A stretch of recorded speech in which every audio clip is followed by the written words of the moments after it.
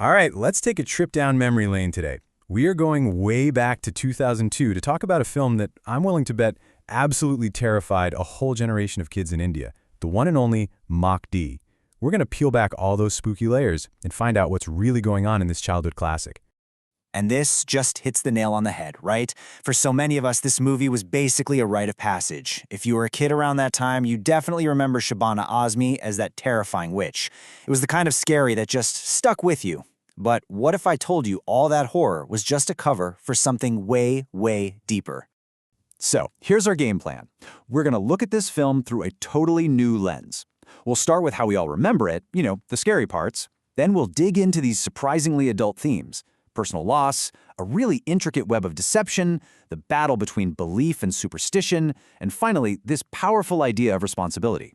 By the end, you'll see exactly why Makdee is still such an important film. Okay, so first things first. Let's rewind the clock and think about how we first saw this movie. Because for most of us, our memory of Makdee is probably all about the jump scares and that witch. I mean, she was genuinely terrifying. And it totally was. The horror was front and center. No doubt about it. You had the creepy old mansion, the mysterious witch. The whole setup was just perfectly designed to freak out a bunch of kids. It was a great children's horror mystery, plain and simple. But this is where things get really fascinating. The horror is basically a Trojan horse. The film uses the language of a scary movie for kids to talk about these huge, complicated adult ideas. The real story isn't about some monster in a house. It's about our main character's journey through all these very real challenges. In that journey, it starts with loss, a really deep sense of personal loss. This is the emotional engine that drives the whole movie, and it's what defines our hero, Chuni. So, here's the setup. You've got Chuni, this classic village prankster. Her entire world gets turned upside down when her twin sister, Mooney, wanders into the witch's house and gets trapped. But here's the crucial detail, the thing that changes everything. The girls just lost their mother, so there's this huge emotional hole in their lives already. So before all this goes down, Chuni is just this carefree kid, right? She's always teasing her sister, stirring up a little trouble in the village. She is, for all intents and purposes, just being a kid. But the second Mooney vanishes, all of that is just gone. It's replaced by this deep, gut-wrenching anxiety. And the fear isn't just about some make-believe witch. It's the very real, very terrifying possibility that she could lose the only family she has left. And really, it all boils down to this. She has already lost her mom. The idea of losing her sister too, it's just unbearable. That's what pushes her to face the witch, to do whatever it takes.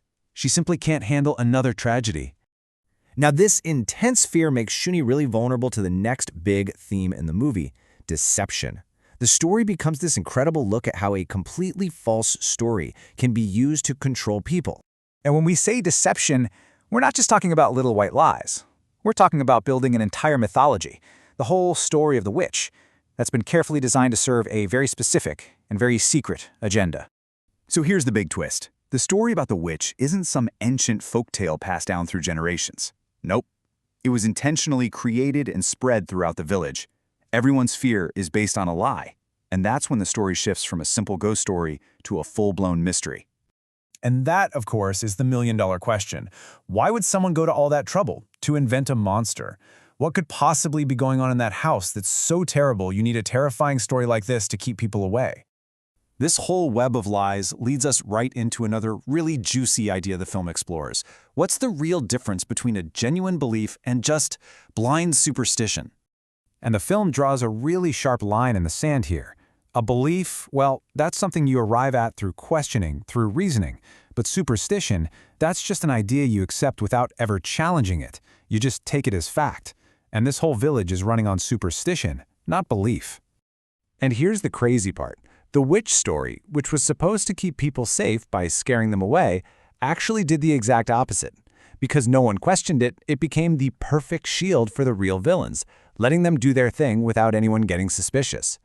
So who finally does challenge it? Chuni, of course.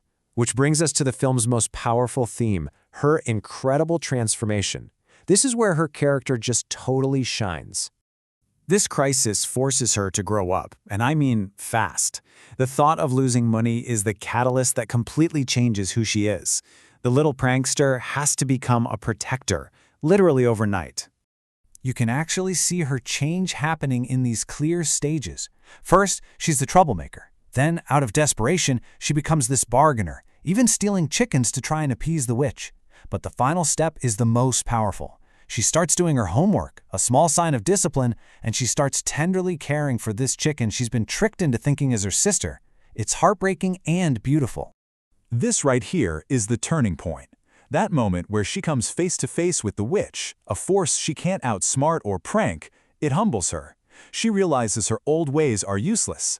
She has to become responsible to save the person she loves most. So when you put all of this together, you start to see why Makdee is so much more than just a scary movie we remember from childhood. It's a true hidden gem that absolutely holds up.